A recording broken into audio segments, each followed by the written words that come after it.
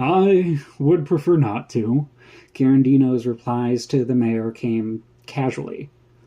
Even if, emphasis on if, these three truly disturb the peace, I have more of an obligation to them as travelers on the Road Magal than I have to you and the whims of your hypocrisies.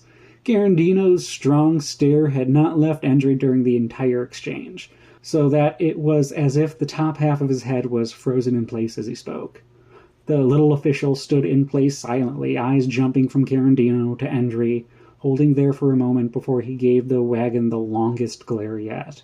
The mayor arched his neck, exposing it to the wild as he surveyed the open-air gate, almost as if he was admiring the carving instead of being in thought for another minute. "Sir?" The aloe guard finally spoke, a touch of concern in her tone as she reached out to her boss's shoulder, although he stepped and turned just before she made contact, beginning to walk backwards towards the center of the town as he vocalized the conclusions he had come to. "It's no issue." His still expectant tone quickly fading with every step away from the wilds. "If they set foot in my town again, they will be detained. Let them figure out a path around the city if they wish." If his passive-aggressive tirade continued, Endry couldn't hear. Carandino looked over his shoulder to address the guard, who was confused whether she should follow the mayor of Oreo or stay with the knight.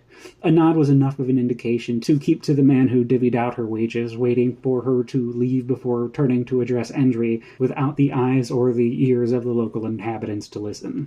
"We think the girl is just up in the mountains, in the old mines." The Shining Knight's tone had changed drastically. He was concise, more serious than when rebuking the mayor. "It is the only place we can believe they can shelter. You were right. 2 days is too long." "What about them?" Endry gestured to the merchant couple, Rokel now sitting next to her partner, addressing his quickly healing bruises and listening in. "They are as prepared as anyone in that city to survive off the Magal."